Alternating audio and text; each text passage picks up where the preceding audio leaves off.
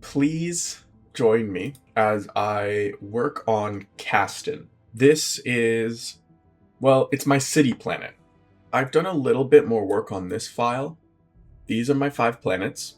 I'm not going to go into detail on them right now. If you are interested, just let me know in the comments so we can take a look at them some other day. But this is the planet that I've done the most work on. This is where most of my story takes place, Lothen. And most of the story takes place in this valley, which is why it is so much more developed. It has the topography of different places. It has so many words. I am hiding them right now, but a lot of words. It has logos for the different places, etc., etc. But currently, I would like to jump over to Castan. Now, skipping a lot of the lore, Castan is Earth 50,000 years in the future. Now, that is not something that I will be ever saying within my book. It'll simply be implied, and for those who know topography, it will be obvious, because this is what I'm currently working on, and it is a place off the coast of Africa, the eastern coast. So people from there, or people familiar with geography, will recognize this. I have used the topography. Some of these images, I just had to go online and get them. I've started by tracing that, which I didn't do for Lothen, because Lothen is a completely made-up planet. But it was a very interesting experience over the last couple of weeks. Or actually, I guess I was working on the topography over the last few days. But planning this all out and figuring out how I'm going to execute this map has been a long-term project. There have been many versions of this. We're on version Simple Map 14. I got to Simple Map 161 for Lothen before I decided to hop over to this. And Castan is a city planet. It is Tolkien's take on Coruscant, if we're going to simplify it. And so I am working here on the largest city on Castan. Currently, the working title is Tolisant. Tolisanth, actually. And let me spell that out.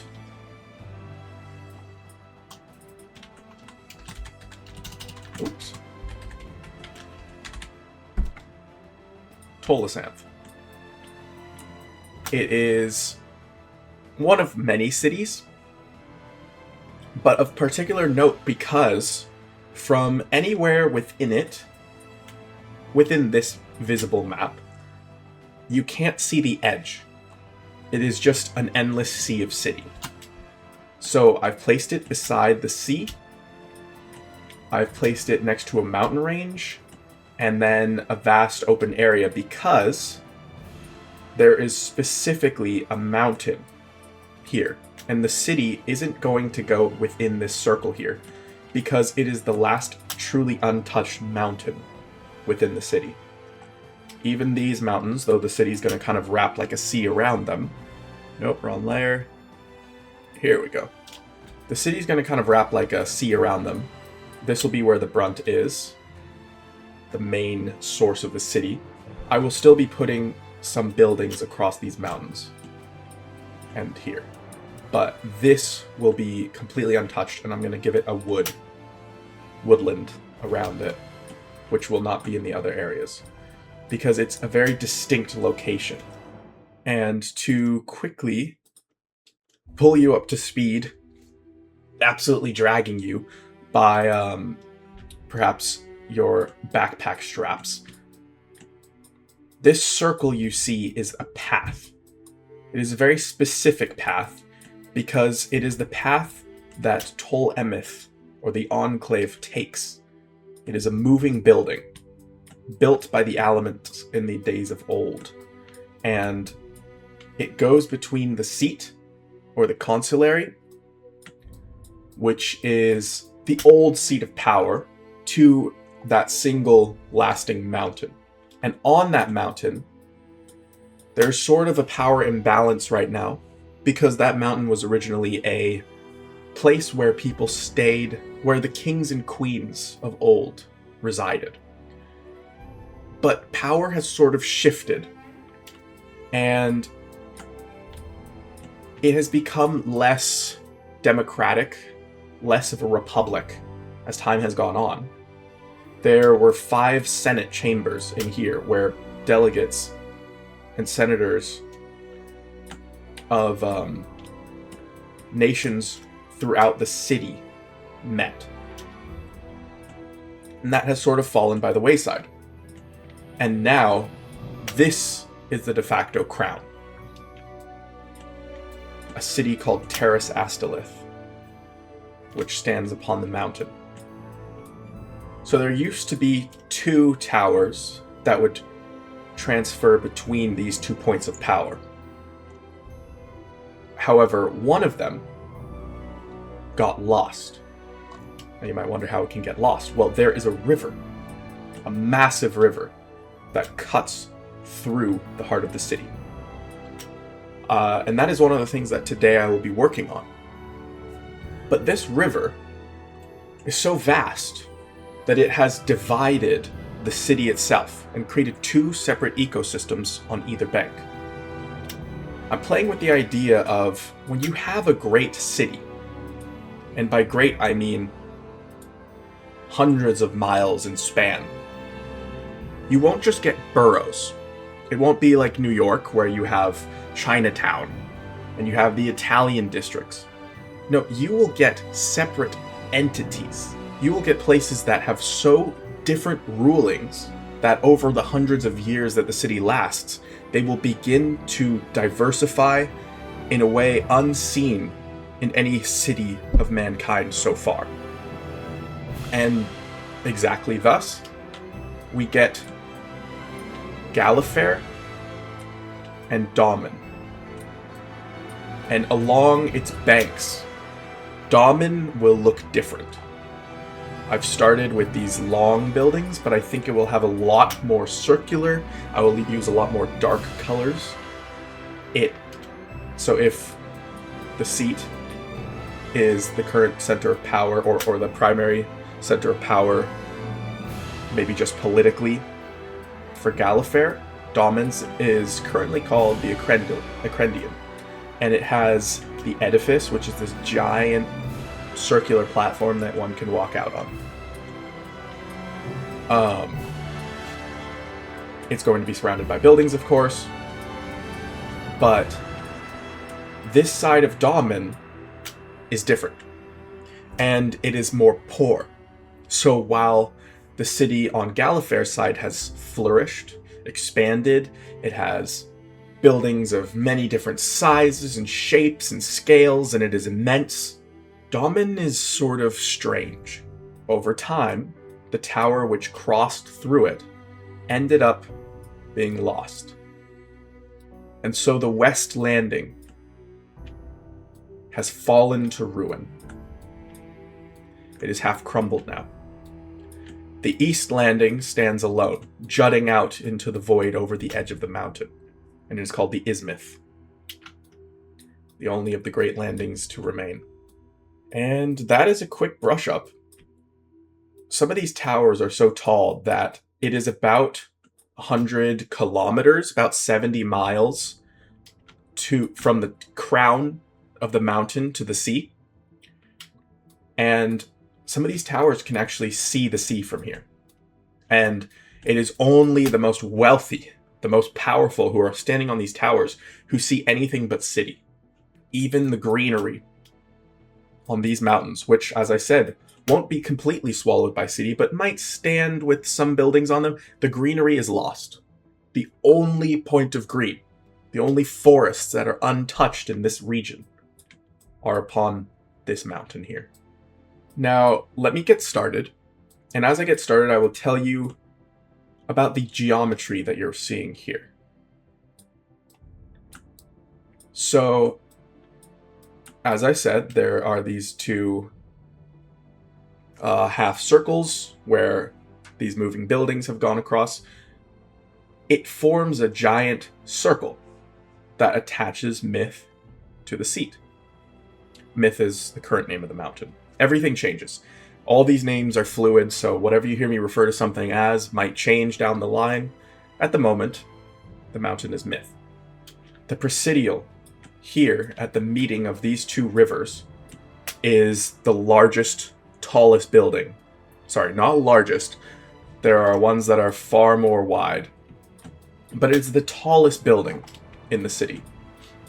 This ring is a different district. It's the wealthy district. It is where everybody would want to be. And some buildings have gotten themselves as close as possible. There is the Senate here, and only a short walk is the Senate Landing, where senators can board Tol Emeth. I say senators, but that is actually the wrong word. There is not a functioning Senate in this age. Like I said, the kings and queens have sort of centered power upon themselves, and they actually hide beneath the forests here. There are hidden cities, and Myth, or Terras Astalith upon Myth, is semi-abandoned. We are in this age where there is sort of not a vacuum of power, but a confusion and sort of a tenseness, because nobody wants to take power, because it is only by taking power that people would then want to refuse it of you. If you leave things unspoken and you sort of influence things here and there where you hold influence over your lands and trade and use politics to create the system you desire, things sort of function.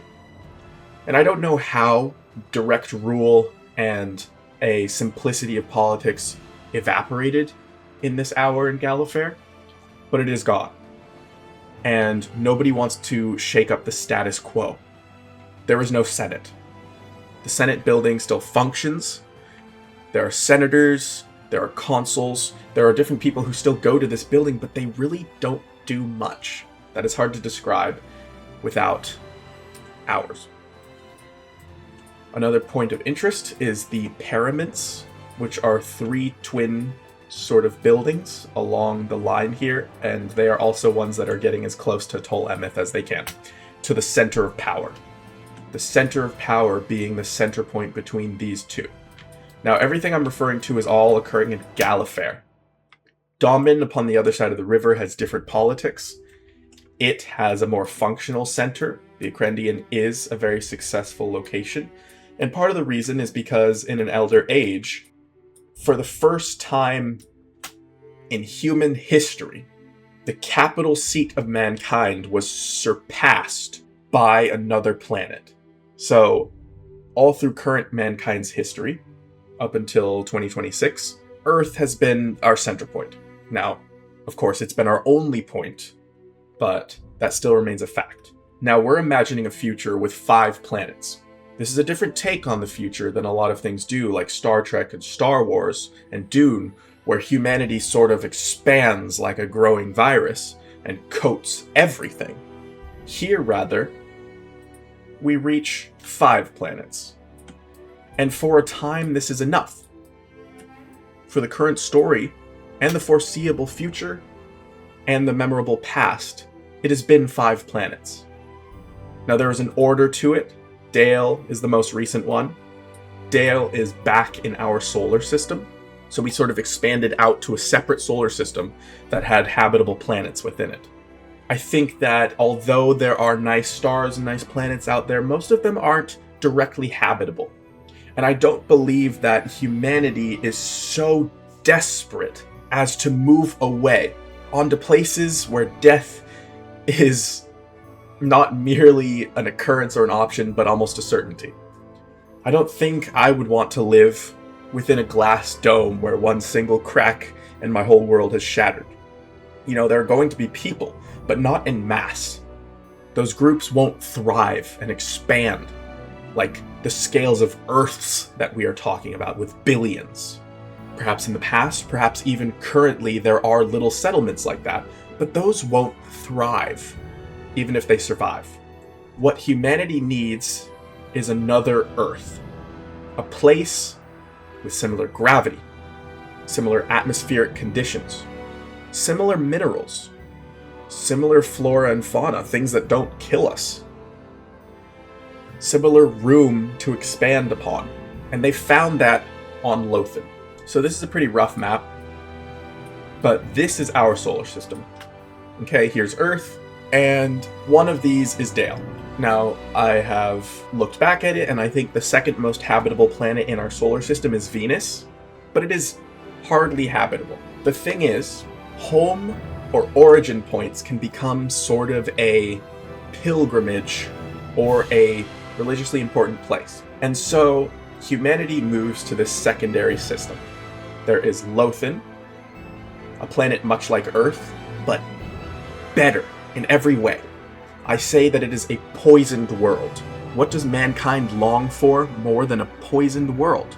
Okay, a place with oils, metals, heavy metals in the earth, things to mine, things to find, things to conquer.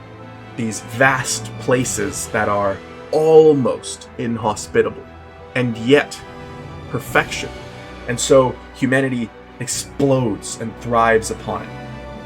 Morian Hest is almost a foil to Lothen, because Lothen is solid.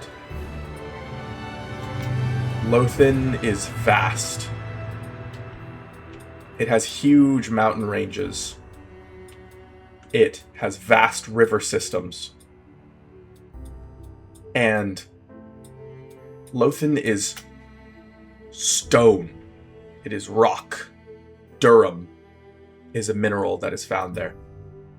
Meanwhile, Morian Hest is soft.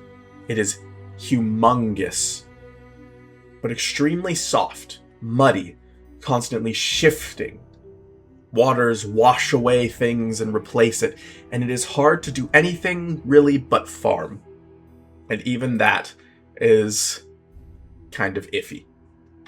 And then lastly, it's small. I don't even have a label for it on this map, but it is Seft. And Seft is not a world that one would typically inhabit, making it, after Castan, Earth, that's where we began, we move over to Lothen.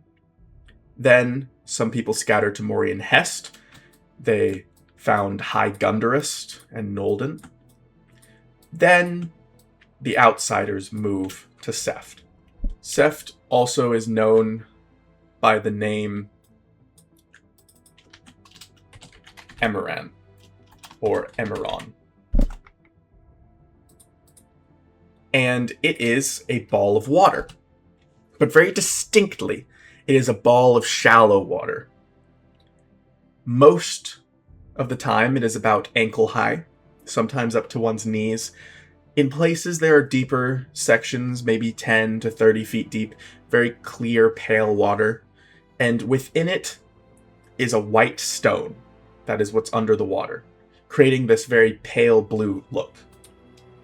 Now, if you see here a mastabel, or moidrun, this, with its red color, is actually a growing of the fingers of Nolden, which is beginning to stain in the far south. But that is for another day. These are my 5 planets. These are my 2 solar systems. And then, as I was saying, pilgrimages back home.